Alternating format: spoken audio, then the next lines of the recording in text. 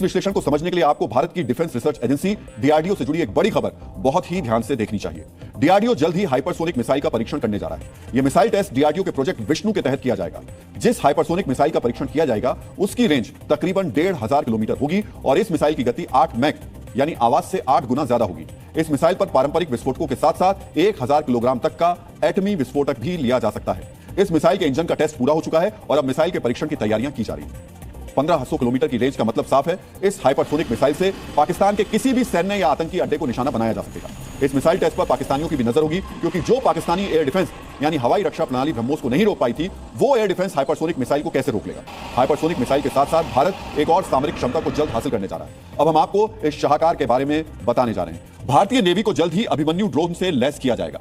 2026 तक अभिमन्यु ड्रोन भारतीय नेवी में कमीशन हो जाएगा। हम आपको बता दें कि अभिमन्यु ड्रोन एक ऐसा ड्रोन है जो फाइटर जेट जैसी भूमिका निभाता है, यानी आसमानी युद्ध में किसी फाइटर पायलट की दूसरी पायलट की तरह मदद कर सकता है। जरूरत पड़ने पर यह दुश्मन के टारगेट पर बमबारी भी कर सकता है। फिलहाल इस ड्रोन या यूं कहें कि फाइटर जेट के ट्रायल इस वक्त चल रहा है, जिसके पूरा होते ही इस ड्रोन को भारतीय नौसेना को सौंप दिया जाएगा। यहां हम आपको बता देना चाहते हैं कि अब तक सिर्फ दुनिया के 6 देशों के पास ही ऐसे टेस्टेड ड्रोन हैं। ये देश हैं अमेरिका, रूस, चीन, जापान, ब्रिटेन और ऑस्ट्रेलिया। जैसे ही भारतीय नेवी के झंडे तले अभिमन्यु उड़ान भरेगा तो भारत भी इस एलीट क्लब में शामिल हो जाएगा। हाइपरसोनिक मिसाइल और कॉम्बैट ड्रोन जैसी क्षमताओं की तरफ आगे बढ़ना बताता है कि न सिर्फ सामरिक शक्ति बल्कि सामरिक तकनीक के क्षेत्र में भी भारत तेजी से विकसित हो रहा है। भारतीय नेवी के साथ साथ भारतीय सेना की ड्रोन क्षमताओं में भी लगातार इजाफा किया जा रहा है। पिछले कुछ महीनों में भारतीय सेना ने कई बड़े ड्रोन युद्धाभ्यासों को अंजाम दिया। इन अभ्यासों में निगरानी करने वाले ड्रोन से लेकर लंबी दूरी के सुसाइड ड्रोन शामिल किए गए। सेना की बड़ी वॉर एक्सरसाइजेस में एक ऑपरेशन त्रिशूल में भी भारतीय सेना ने अपनी ड्रोन क्षमताओं को परखा है। भारतीय सैनिकों को ड्रोन वॉरफेयर में पारंगत बनाने के लिए थल सेना ने एक ट्रेनिंग प्रोग्राम भी शुरू किया है। इस ट्रेनिंग प्रोग्राम को नाम दिया गया है an eagle on every hand, यानी हर हाथ पर एक बाज। यहां हैंड का मतलब है सैनिक और ईगल का मतलब है ड्रोन। अब हम यहां आपको भारतीय सेना से जुड़ी ड्रोन डॉक्ट्रिन यानी ईगल ऑन एवरी हैंड से जुड़ी जानकारी देने जा रहे हैं।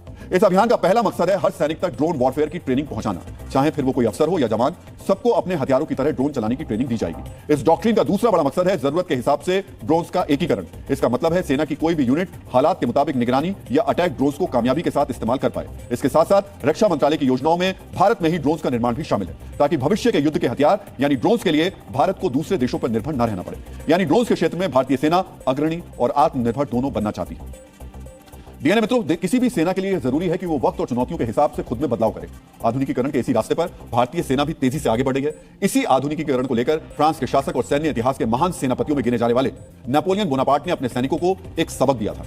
नेपोलियन हमेशा कहते थे कि एक सेना के लिए पिछले युद्धों की रणनीति और परिणामों को पढ़ना और समझना बेहद जरूरी है। यही वो तरीका है जिसके जरिए सेना अपनी खामियों को दूर कर सकती है, खुद को आधुनिक बना सकती है और शत्रु पर प्रहार करने के लिए घातक तरीकों को इजाद कर सकती है।